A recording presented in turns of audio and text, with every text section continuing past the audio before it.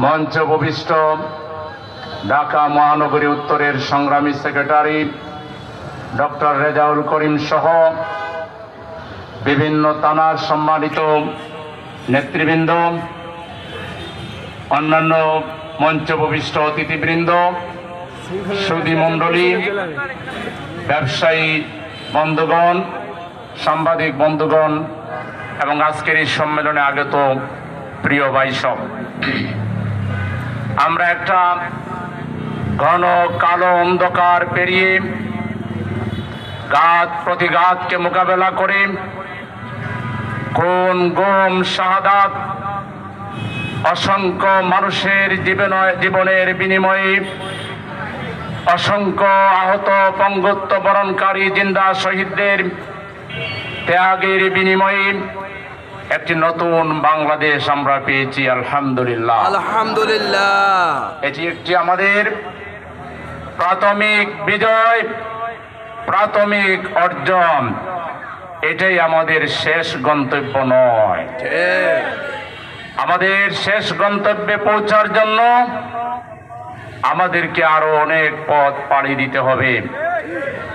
তবু আমরা স্বস্তি প্রকাশ করি, আমরা শুকরিয়া জানাই বাংলাদেশের মানুষ অন্তত হাফ ছেড়ে দীর্ঘশ্বাস ফেলার সাময়িক হলো একটা সুযোগ আল্লাহ রাব্বুল আলামিন দিয়েছেন। তার জন্য মাবুদের দরবারে আবারও শুকরিয়া আদায় করছি। আলহামদুলিল্লাহ, আলহামদুলিল্লাহ।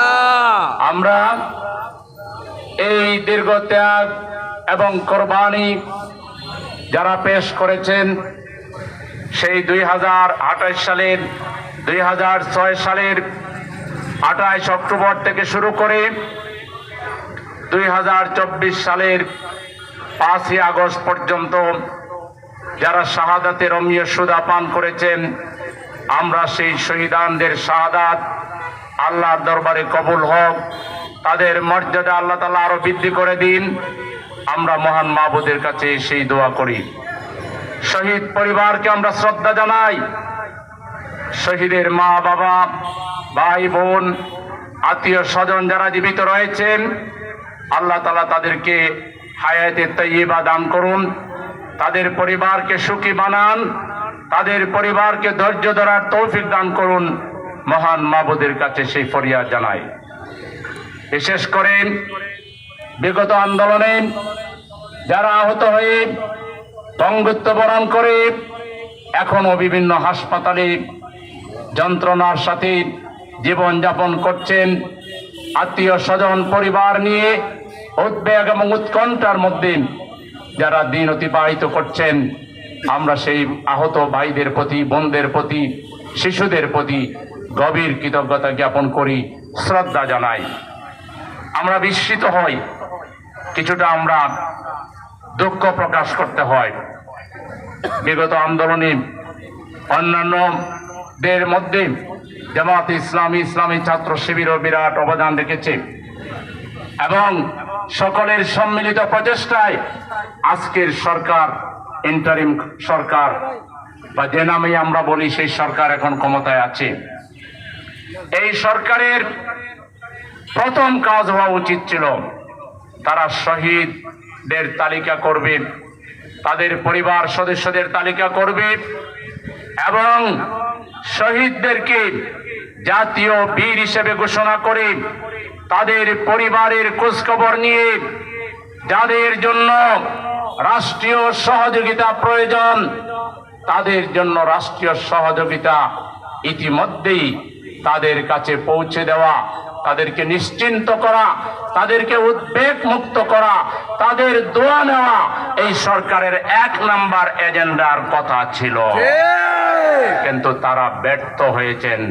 এখন পর্যন্ত আমরা শহীদান, প্রকৃত অর্থে কত শহীদ হয়েছেন এবং তাদের মা বাবা সহ, তাদের ঠিকানা সহ, তালিকা আমরা এখনো দেখতে পাচ্ছি না, অথচ একটা ফাউন্ডেশন করা হয়েছে, সেই ফাউন্ডেশনে 100 কোটি টাকা বরাদ্দ করা হয়েছে, কিন্তু পেপারে দেখলাম 97% শহীদ পরিবার, আহত পরিবার এখনো কোনো সরকারি সাহায্য পায়নি।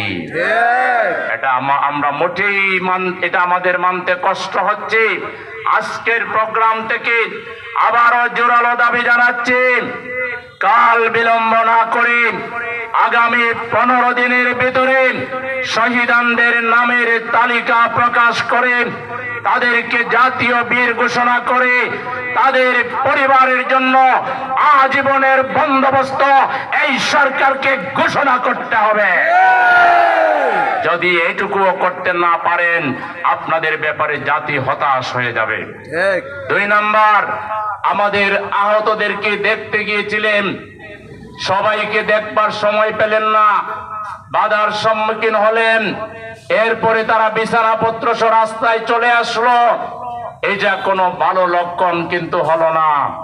আমাদের আহত ভাইদেরকে ফ্রি চিকিৎসা দিচ্ছেন, ভালো কথা, কিন্তু তাদের তো ছেলে মেয়েরা না খেয়ে আছে, স্ত্রী না খেয়ে আছে, তাদের তো পরিবার আছে। কেন সরকারের পক্ষ থেকে এখন পর্যন্ত আহতদের ব্যাপারে প্রয়োজনীয় ব্যবস্থা গ্রহণ করতে পারেন নাই? এটাও কিন্তু আমরা সহজভাবে খুব ভালো কাজ হিসাবে মনে করি না। সেজন্য এখান থেকে দাবি জানাচ্ছি, আগামী 15 দিনের ভিতরে আহতদের তালিকা করে তাদের চিকিৎসার ব্যাপারে আরো গুরুত্ব দিতে হবে। আমাদের ভুল চিকিৎসা কিংবা অবহেলার কারণে একটা ভাই যদি ক্ষতিগ্রস্ত হয়, এর দায় কিন্তু কেউ এড়াইতে পারবেন না। সেজন্য তাদের চিকিৎসার ব্যবস্থা করতে হবে। প্রয়োজনে আমাদের আহতদের চিকিৎসার জন্য তাদেরকে সিঙ্গাপুরে পাঠাতে হবে, বিদেশে নিতে হবে, যা করা লাগে তার সব করতে হবে। এই ব্যাপারে কোনো দুর্বলতা আমরা কিন্তু কোনোভাবে মানব না। আপনারা কি একমত এই দাবির সাথে? তাহলে সাংবাদিক ভাইরা আপনারা একটু দেখাবেন হাতগুলো। এখানকার হাজার হাজার জনতা তারা হাত তুলে আমার এই 2 দাবির প্রতি সমর্থন জ্ঞাপন করেছে যে আমাদের শহীদ পরিবারকে জাতীয় বীর হিসাবে ঘোষণা করতে হবে, তাদের আজীবনের বন্দোবস্ত করতে হবে, আহতদেরকে সুচিকিৎসা দিতে হবে, আহতদেরকে বিদেশ পাঠাতে হবে যাদের বিদেশে চিকিৎসা দরকার। এবং এই ব্যাপারে 100 কোটি টাকা ব্যয় করতে কি এত সময় লাগে? আপনাদের সহযোগিতা লাগলে স্বেচ্ছাসেবক হিসাবে জামায়াতে ইসলামীকে ডাকেন, আমরা মাত্র 10 দিনে এই টাকা সুষ্ঠুভাবে আমরা আমার উদ্যোগিতার সাথে পৌঁছে দিব। এই রাষ্ট্র চালানোতে আপনাদের সহযোগিতা লাগলে আমরা আছি, কিন্তু আপনাদের ব্যর্থ হওয়া যাবে না। আপনারা ব্যর্থ হলে ফ্যাসিবাদীরা খুশি হবে, আপনারা ব্যর্থ হলে ফ্যাসিবাদীরা অপপ্রচারের সুযোগ পাবে, ফ্যাসিবাদীদের ফিরে আসার পথ সুগম আল্লাহ না করুক হয়ে যেতে পারে। সেজন্য আপনাদেরকে আরো তড়িৎ গতিতে কাজ করতে হবে, আরো ক্ষিপ্র গতিতে কাজ করতে হবে, ক্যাপাবল লোক দরকার হলে আরো নিতে হবে, কিন্তু ব্যর্থতার দায়িত্ব আপনাদের গাড়ে নেওয়া যাবে না। এই সরকারকে আমরা হুঁশিয়ার করে দিতে চাই। এরপর একই সাথে মিলাইয়া কথা বলে ফেলি, এই পয়েন্ট আর আসবে কিনা।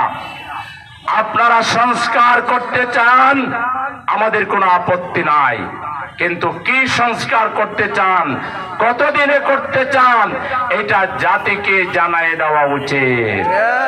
আপনারা সংস্কার বইলা কোন একটা বিভ্রান্তি যাতে সমাজে তৈরি না হয়, ভুল বোঝাবুঝি যাতে তৈরি না হয়, এই জন্য আপনারা সংস্কারের সময়সীমা জানান, আর কতদিনের ভিতরে ভোট করতে পারবেন সেটাও আপনারা তাড়াতাড়ি জানান। পাশাপাশি আপনাদের মনে রাখতে হবে, আপনাদের টিকে থাকার ভিত্তি হচ্ছে জনগণ, জনগণের সমর্থন। এখন পর্যন্ত বাজার নিয়ন্ত্রণ করতে পারলেন না, কারে ভয় পান আপনারা? নতুন কোন ফেসিবাদকে কি আপনারা ভয় পাচ্ছেন? আমার দেশের সেনাবাহিনী তো অনেক সক্ষম, একটা ক্যাপাবল বাহিনী। তাদেরকে আরো পর্যাপ্ত ক্ষমতা দেন। চাঁদাবাজদেরকে, সিন্ডিকেটের সদস্যদেরকে ধরে নিয়ে জাতির সামনে ওদের নাম তালিকা সহ প্রকাশ করে দেন। প্রকাশ্যে দিবালোকে বিচার করেন। কোন চাঁদাবাজি, টেন্ডারবাজি, দখলবাজি বাংলাদেশে যদি কেউ প্রশ্রয় দেন, তিনিও ফেসিবাদকেই মূলত সহযোগিতা করবেন। এজন্য আমরা সাধারণ মানুষ, জিনিসপত্রের দাম আমরা অত্যন্ত ন্যায্য মূল্য দেখতে চাই। এই সরকার যদি না পারে, তাহলে তো এই জাতির ভাগ্যে দুর্ভোগ ছাড়া আর কিছুই থাকবে না। এজন্য আমরা বলবো, এই সরকারকে আরো কঠোর হইতে হবে, আরো গতিশীল হইতে হবে, আরো তৎপর হইতে হবে, এবং জনগণের যাতে না বিশ্বাস না উঠে, জনগণ যেন আস্থা হারায় না ফেলে, জনগণের মধ্যে যাতে ঐক্য বিরাজ করে, সেজন্য এই সরকারকে আরো কার্যকরী পদক্ষেপ নেওয়ার জন্য আমি আহ্বান জানাচ্ছি। সংগ্রামী কর্মী ভাইরা, সম্মানিত এলাকাবাসী, এরপর আমি যে কথাটি বলতে চাই, বিগত ফ্যাসিবাদী সরকার বাংলাদেশের অস্তিত্বকে বিলীন করে দেওয়ার জন্য তারা পরনির্ভরশীল পররাষ্ট্রনীতি, যেটা ছিল একটা দেশকে দাসত্বের নিগড়ে নেওয়ার জন্য, পরাধীন বানাবার জন্য যা কিছু করা লাগে তার সব কিছু প্রতিবেশীর প্রেমে পড়ে বাংলাদেশের মানুষের ঘৃণায় তারা আস্থা করে নিক্ষিপ্ত হয়েছে। ফেলানির লাশ ঝুলে থেকেছিল, প্রতিবাদ জানাতে পারেনি। একের পর এক সুবিধা দিয়ে তারা বাংলাদেশের জনগণের বিরুদ্ধে তারা অবস্থান নিয়েছিল। তারা কোন সন্ত্রাস আর আমাদের ভাইদেরকে, নেতৃবৃন্দকে শহীদ করার মাধ্যমে বাংলাদেশের রাজনৈতিক নেতৃবৃন্দকে হত্যার মাধ্যমে এখানে একটা বিরাজনীতিকরণ করার প্রয়াস চালিয়েছিল। তারা 41 সাল পর্যন্ত বাংলাদেশে ক্ষমতায় থাকার দিবা স্বপ্নে বিভোর ছিল। তারা ছাত্র সমাজের একটা ন্যায্য দাবিকে, ছাত্র সমাজকে তারা সন্ত্রাসী বলে আখ্যা দিয়েছিল। ছাত্র সমাজ, ইভেন শিশুরা পর্যন্ত 2 শতাধিক শিশু তাদের বুলেটের আঘাতে ক্ষত বিক্ষত হয়ে গিয়েছে। এত বড় একটা ব্রুটাল সন্ত্রাসী সংগঠন, যেটাকে এক কথায় জঙ্গিবাদের সাথে তুলনা করা যায়। ওরা বারবার জঙ্গিবাদ বলতো, কারণ শেখ হাসিনার আস্তিনের নিচে জঙ্গিবাদীরাই ছিল। জঙ্গিবাদের প্রধান পৃষ্ঠপোষক ছিল শেখ হাসিনা।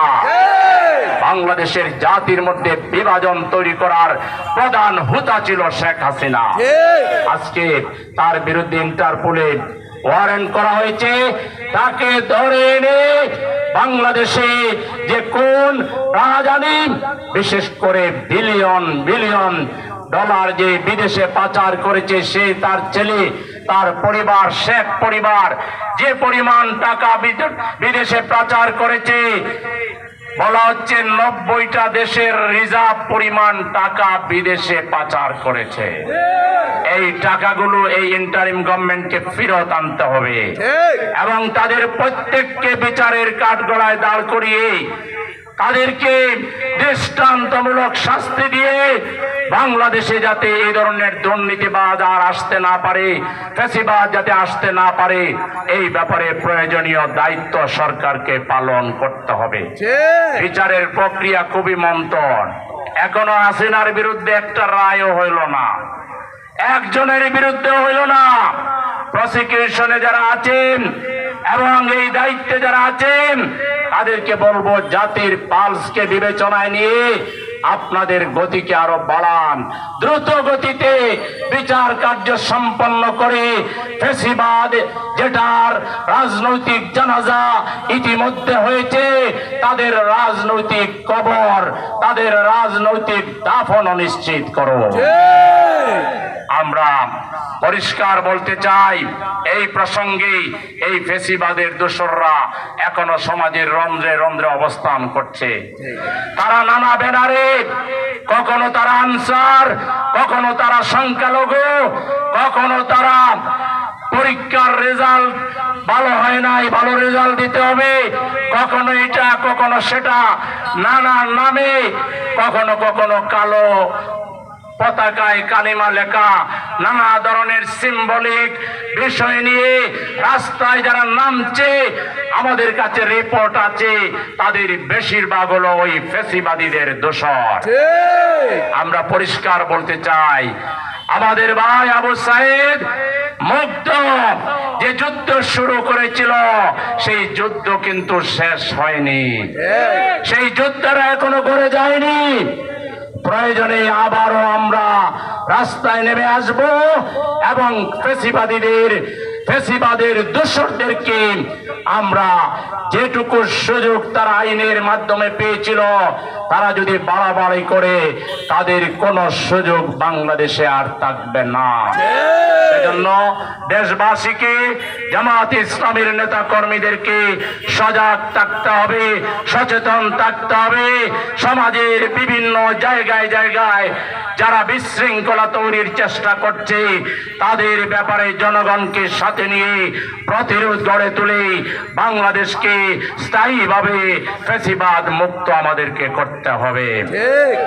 সংগ্রামী উপস্থিতি, আজকে মোটামুটি একটা অধ্যায় পেরিয়ে নতুন একটা অধ্যায়ে আমরা পা দিয়েছি।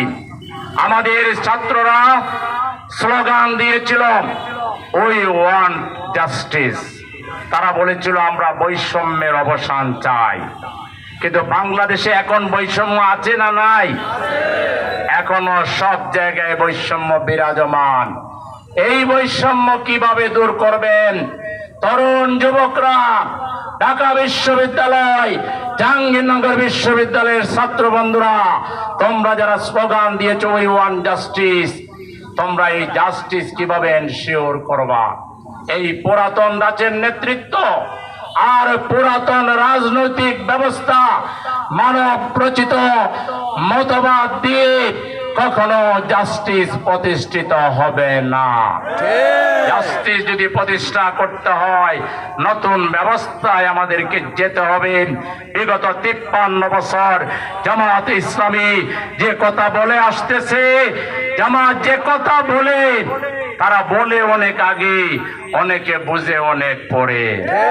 জামাত 79-তে বলেছিল নিরপেক্ষ নির্দলীয় কেয়ারটেকার সরকার হলে একটা সুন্দর পরিবর্তনের সূচনা হবে। নির্বাচন ব্যবস্থাকে কেয়ারটেকার অধীনে আনার জন্য জামাত আন্দোলন করেছিল, সংগ্রাম করেছিল। এদেশের বড় বড় রাজনৈতিক দল কানে তুলা লাগিয়েছিল, তারা এটা মানবে না, মানি না।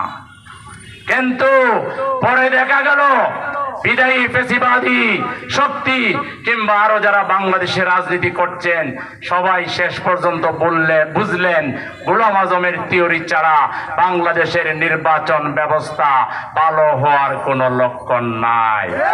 এখন জবানে জবানে তসবির মতো কেয়ারটেকার চাই, কেয়ারটেকার চাই, কেয়ারটেকার চাই। 53 বছর থেকে জামাত বলে আসছে এখানের সংখ্যাগরিষ্ঠ মানুষ হচ্ছে মুসলমান, তাদের আকীদা হচ্ছে লা ইলাহা ইল্লাল্লাহ মুহাম্মাদুর রাসূলুল্লাহ। এখানের সংখ্যাগরিষ্ঠ মানুষকে যদি ঐক্যবদ্ধ করতে হয়, তাদের যে মূল্যবোধ, তাদের যে সংস্কৃতি, তাদের যে চেতনা, এটাকে সংবিধানে স্থান দিন। এটার ভিত্তিতে বাংলাদেশের সব রাজনৈতিক দল রাজনীতি করেন। আসুন, আমরা বলেছিলাম আমরা আল্লাহর আইন চাই আর সৎ লোকের শাসন চাই। এই স্লোগান কি ভুলে গেছেন? বলেন দেখি। আল্লাহর আইন চাই, সৎ লোকের শাসন চাই। ব্যাটারি ডাউন, এটা দিবে না, দাবি মানবে না, দাবি মানবে না। আরো জোরে, আল্লাহর আইন চাই, সৎ লোকের শাসন চাই, আল্লাহর আইন চাই। তাহলে এই আল্লাহর আইন, যে আইন হচ্ছে ভারসাম্যপূর্ণ, যে আইন হচ্ছে গতিশীল, যে আইন হচ্ছে মানুষের অধিকার আদায়ের আইন, আল্লাহর আইন কায়েম হলে এদেশে কোনো গরিব মানুষ থাকবে না। একটা পদ্ধতি শুধু বলে অন্য দলের মাথায় এটা ডুববেই না। আমরা দৃঢ়ভাবে বিশ্বাস করি আল্লাহর আইন যদি বাংলাদেশে কায়েম হয় তাহলে জাকাত ভিত্তিক অর্থনীতি চালু হবে। জাকাত ভিত্তিক অর্থনীতির কথা কি? কথা হলো সরকার তালিকা করবে কারা জাকাত দাতা। সরকারি কর্মচারী বাসায় চলে যাবে, বুঝে শুনে জাকাত নিয়ে চলে আসবে। আবার সরকারি councillor, member, chairman, OC, DC, যারা মাঠ পর্যায়ের কর্মকর্তা, তাদেরকে দায়িত্ব দেবে গরিব করা তালিকা করো। গরিবদের তালিকা করে নিয়ে আসা হবে। আর আগে তো ফান্ড কালেকশন হয়ে গেছে। একটা হিসাব অনুযায়ী বাংলাদেশ সরকার যে পরিমাণ এক বছরের বাজেট ঘোষণা করে, সেই বাজেট পরিমাণ টাকা এক বছরে জাকাতের কাছ থেকে আসে। তাহলে সেই জাকাতের টাকা যদি আমানতদারিতার সহিত সুন্দর পরিকল্পনা নিয়ে ওই গরিব লোকদেরকে যদি দেখে জিজ্ঞেস করা হয় তুমি কি চাও, সে বলবে আমি একটা শপ চাই, দোকান চাই, কয় লাখ টাকা লাগবে, 2 লাখ নাও।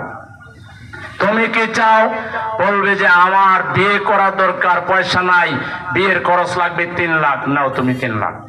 তুমি কি চাও, বলবে আমার ছেলেটারে বিদেশ পাঠাতে চাই, 5 লাখ টাকা লাগবে, নাও তুমি 5 লাখ।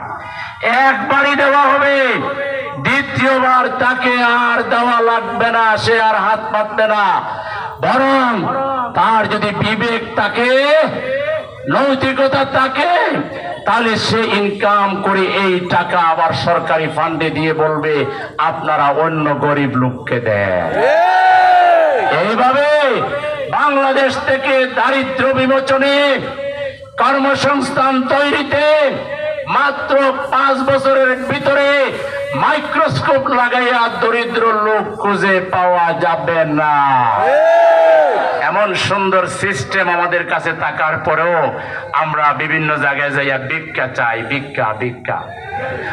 আর ইসলামী সরকার হলে দুর্নীতি বন্ধ হয়ে যাবে। দুর্নীতি বন্ধ হয়ে গেলে জিনিসপত্রের দাম কমে যাবে। 10-20 টাকায় চাল খাইতে পারবেন, ডাল, পেঁয়াজ, লবণ, আলু এগুলো ক্রয় ক্ষমতার ভিতরে চলে আসবে। মোটামুটি 10-20-30 হাজার টাকা যদি ইনকাম হয়, ট্যাঙ্গের উপরে ট্যাঙ্গ উঠাইয়া পরিবার নিয়ে খাইতে পারবেন। চোর ডাকাত গুলোকে ঠিক করার জন্য ম্যাক্সিমাম 2 থেকে 3 বছর লাগবে। কয় বছর লাগবে? প্রথমে চোরগুলো, ডাকাতগুলো এবং ওই যে বড় বড় চোর যেগুলো করাপ্টেড, দুর্নীতি যেগুলো করে, এদের জন্য একটা টাইম ঘোষণা করা হবে যে এত দিনের ভিতরে তোমরা ভালো হয়ে যাও। দেখবেন যে অর্ধেক একটা ঘোষণার পরে ভালো হয়ে যাবে। ঠিক। আরো যারা বাকি থাকবে এদেরকে ব্লক রেট দিয়ে 10-15 দিন ঘোষণা করা হবে, সব লাল করে যাবে।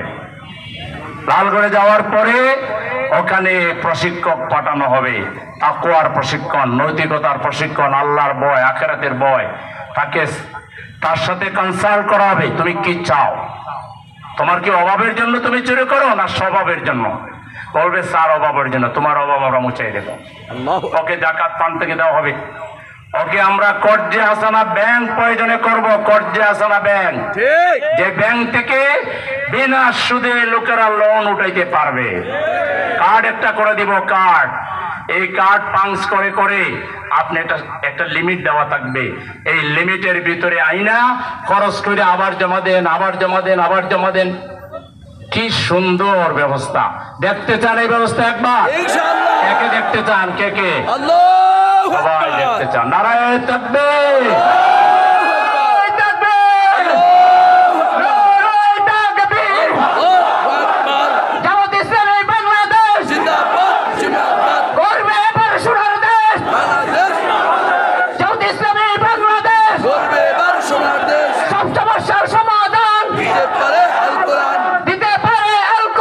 সব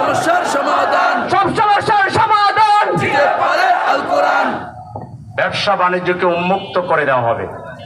সবাই ব্যবসা করবে, চাঁদা দাবি করবে, স্বপ্নেও এটা কেউ কল্পনা করবে না। ঠিক।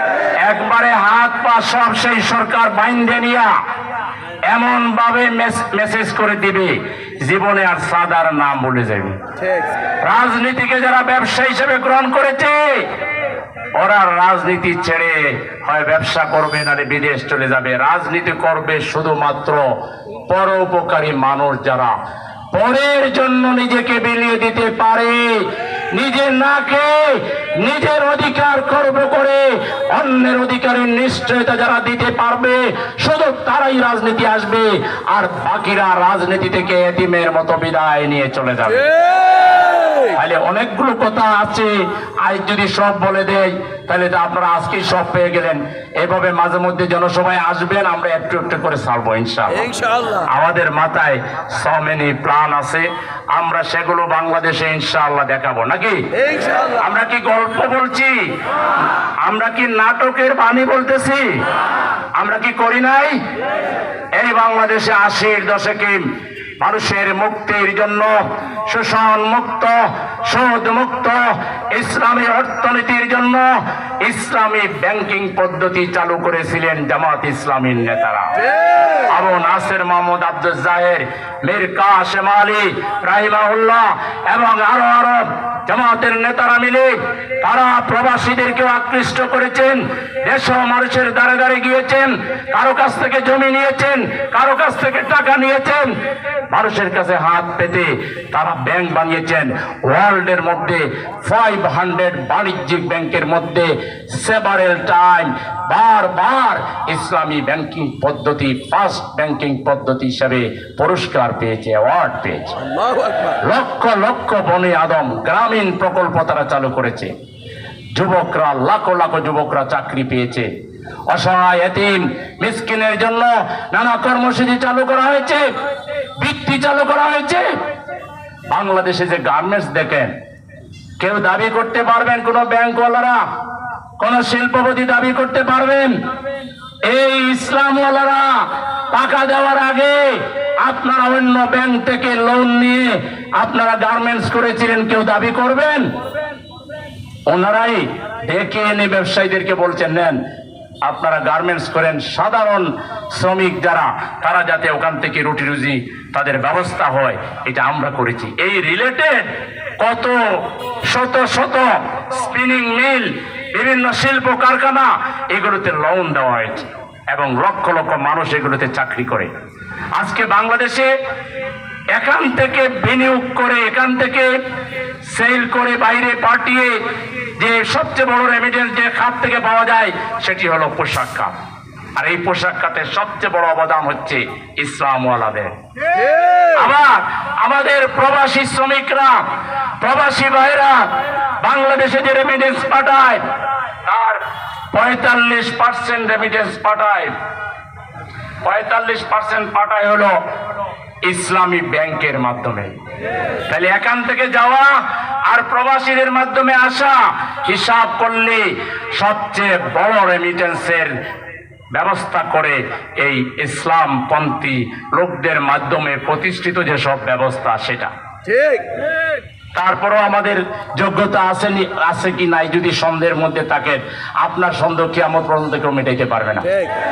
আমরা বিকল্প শিক্ষা ব্যবস্থা দিয়েছি, আমরা যেগুলো দিয়েছি মাদ্রাসায় পড়ুয়ারা ওরা ডিসি হইতে পারবে, এসপি হইতে পারবে, ম্যাজিস্ট্রেট হইতে পারবে, সবকিছু হইতে পারবে। আবার আধুনিক শিক্ষিত ওয়ালারাও মাদ্রাসার যে কোনো হুজুরের মতো খুতবা দিতে পারে, তাফসীর করতে পারে, যে কোনো ধরনের দ্বীনি দায়িত্ব পালন করতে পারে। আমরা ইসলাম আর আধুনিকতার সমন্বয় ঘটিয়ে বাংলাদেশের সবচেয়ে আদর্শিক শিক্ষা ব্যবস্থা আমরা উপস্থাপন করেছি। ঠিক। আর আমাদের হাতে ক্ষমতা আসলে শিক্ষা ব্যবস্থা কি হবে, আমরা টোটাল ছাত্রছাত্রীদের পড়ালেখার খরচ ফ্রি করে দেব, আল্লাহু আকবার। আমরা বই খাতা কলম ফ্রি করে দেব, আল্লাহু আকবার। এবং আমরা এমন এক শিক্ষা তৈরি করব বিদেশ থেকে লোকেরা এখানে এসে পড়ালেখা করবে ইনশাআল্লাহ। ইনশাআল্লাহ। এটা কি স্বপ্ন মনে হইতেছে? জি না। আমরা যেসব ইউনিভার্সিটি মাদ্রাসা করেছি খোঁজ নিয়ে দেখেন, স্কুল যেগুলো করেছি, আমরা যেগুলো করেছি সেগুলোই দুর্নীতি মুক্ত, ঠিক। সেগুলোই সমন্বিত, সেগুলোই আধুনিক, সেগুলোই উন্নত। ঠিক। আমরা স্বাস্থ্য খাতে যে অবদান রাখছি, এটা যদি না রাখতাম তাহলে ওই প্রতিবেশীরা এখন যে পরিমাণ নিয়ে যাচ্ছে তার চেয়ে আরো কয়েক গুণ বেশি তারা নিয়ে যেত। ঠিক। আমরা মিডল ক্লাসের মানুষের জন্য স্বাস্থ্য খাতে বিরাট অবদান রাখছি, সাংস্কৃতিক খাতে আমরা অবদান রাখছি, রাজনীতিতে আমরা অবদান রাখছি। আগে মানুষ বলতো আচ্ছা বুঝলাম আপনারা ক্ষমতায় যেতে চান, আপনারা হুজুররা আপনারা কি চালাইতে পারবেন, তা আমরা ক্ষমতায় না গিয়ে তো চালাইতেছি। ঠিক। ছায়া সরকারের মতো কোন ডিপার্টমেন্ট রাষ্ট্রের আছে যেখানে আমরা লোক তৈরি করি নাই, রিহার্সেলের জন্য প্রতিষ্ঠান তৈরি করি নাই? একটা খাত বলেন। We are ready. আমাদেরকে যদি জনগণ বিবেচনা করে রাষ্ট্র চালাইবার জন্য 1 মিনিটও আমাদেরকে কোনো থমকে দাঁড়াইতে হবে না। ঠিক। আমাদের তো নিজস্ব ব্যবস্থা আছেই, আবার সমাজের মধ্যে ছড়িয়ে ছিটিয়ে থাকা আমাদের যেগুলো জ্ঞানী গুণীরা রয়েছে, প্রফেশনাল লোকেরা রয়েছে, যোগ্যতা সম্পন্ন লোকেরা রয়েছে, তাদের সবাইকে রাষ্ট্র পরিচালনায় আমরা কাজে লাগাবো। ঠিক। বাংলাদেশের 18 কোটি মানুষ হবে বাংলাদেশের মালিক। ঠিক। কেউ শ্রমিক থাকবে না, কেউ প্রজা থাকবে না, ঠিক কিনা? ঠিক। আমরা সেই ব্যবস্থা করবো ইনশাআল্লাহ। ইনশাআল্লাহ। তাই আজকে আমরা দেশের জনগণকে আহ্বান জানাই, আপনারা তো 53 বছর বিভিন্ন রাজনৈতিক দল শক্তি জোটকে দেখেছেন, জামাত ইসলামীকে এককভাবে কি আপনারা দেখেছেন? দেখেছেন মনে হয় আপনারা, নাকি? জামাত ইসলামীকে এককভাবে ক্ষমতায় দেখছেন যারা, তারা একটু হাত তুলেন। দেখেন নাই যারা, তারা একটু হাত তুলেন। আল্লাহ। হাত নামান। দেখতে চান যারা, তারা হাত তুলেন, 2 হাত তুলেন। আল্লাহ।